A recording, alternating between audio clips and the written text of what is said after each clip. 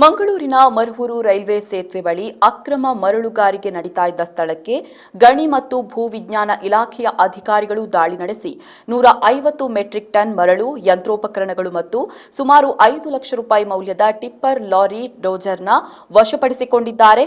ಇನ್ನು ಮಧ್ಯಾಹ್ನ 3 ಗಂಟೆ ವೇಳೆಗೆ ದಾಳಿ ನಡೆದಿದ್ದು, ಈ ಸಂದರ್ಭದಲ್ಲಿ ಗಣಿಗಾರಿಕೆಯಲ್ಲಿ ತೊಡಗಿದ್ದವರು ಸ್ಥಳದಿಂದ ಓಡಿ ಪರಾರಿಯಾಗಿದ್ದಾರೆ. ನಿಯಮಗಳನ್ನು ಉಲ್ಲಂಘಿಸಿ ರೈಲ್ವೆ ಹಳಿಯ ಕೆಳಗೆ ಅಕ್ರಮ ಚಟುವಟಿಕೆ ನಡೆಸಲಾಗ್ತಾ ಇತ್ತು. ಗಣಿ ಮತ್ತು ಭೂವಿಜ್ಞಾನ ಇಲಾಖೆಯ ನಿಯಮಗಳ ಪ್ರಕಾರ ಸೇತುವೆಗಳ ಎರಡೂ ಬದಿಗಳಲ್ಲೂ ಕೂಡ 100 ಮೀಟರ್ ಒಳಗೆ ಮರಳುಗಾರಿಕೆ ನಿಷೇಧಿಸಿ ಈ ಹಿಂದೆಯೇ ಆದೇಶವನ್ನು ಹೊರಡಿಸಲಾಗಿದೆ. ಆದರೆ ಈ ನಿಷೇಧದ ಹೊರತಾಗಿಯೂ ಕೂಡ ನಿಯಮವನ್ನು ಉಲ್ಲಂಘಿಸಿ ಗಣಿಗಾರಿಕೆ ನಡೆಸಲಾಗ್ತಾ ಇದೆ.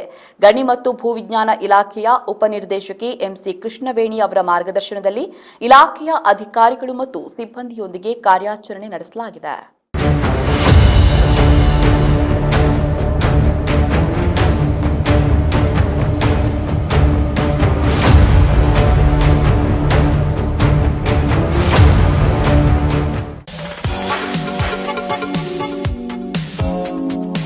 ಸ್ವಾಸ್ಥ್ಯ ನೇಚರ್ ಕ್ಯೂರ್ ಯೋಗ ಮತ್ತು ಪ್ರಕೃತಿ ಚಿಕಿತ್ಸಾ ಕೇಂದ್ರ, ಪುತ್ತೂರಿನ ಸುಸಜ್ಜಿತ ನೇಚರ್ ಕ್ಯೂರ್ ಸೆಂಟರ್. ಯೋಗ ಮತ್ತು ಪ್ರಕೃತಿ ಚಿಕಿತ್ಸೆ ಮೂಲಕ ಅನಾರೋಗ್ಯ ನಿವಾರಣೆ.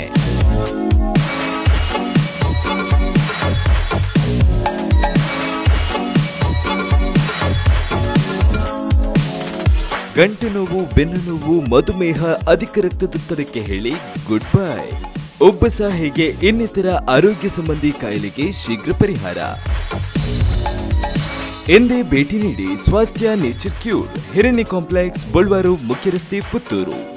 ಸಂಪರ್ಕಿಸಿ 81976 91577.